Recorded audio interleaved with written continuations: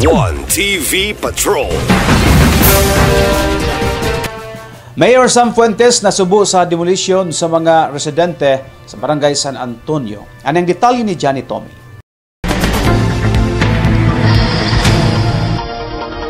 Buot mang babagan ni Mayor Sam Norman Fuentes ang demolisyon sa usa ka purok sa Barangay San Antonio apan wala siya mahimo niini gumikan kay desisyon na kini sa korte.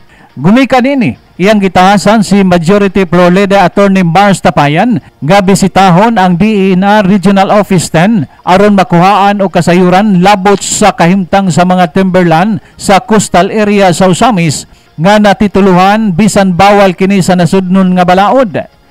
Matud pa ni Attorney Mars Tapayan nga sa kaso sa Barangay San Antonio wala na'y mahimo ang kagamanang lokal sa rason nga nakapakanaog na og writ of execution ang korte ning syudad. Gawas lang kung moapilar nini ang Solicitor General aron tangtangan og gahom ang titulo.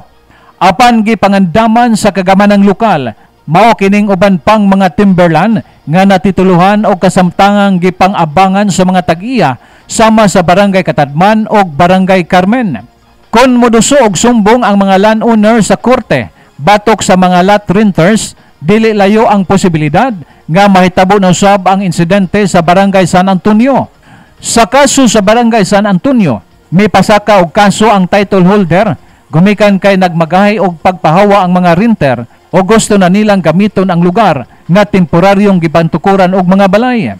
Nagproblema karon ang Usami City Hall gumikan kay wala mapagandami ang demolisyon sa pipila ka mga residensya sa Barangay San Antonio. Gamatod pa ni Attorney Mars Tapayan kung basihan ang balaod, kung mopatuman og demolisyon, kinahanglan nga nakatagana ng daan ang relocation area sa mga apektadong residente. So, with the guys from me, I went to Quezon City and I talked to the chief of the legal division, Attorney Banban Pagrebon.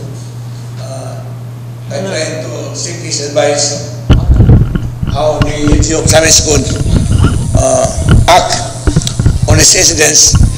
Kay nasapula naman sa San Antonio and we are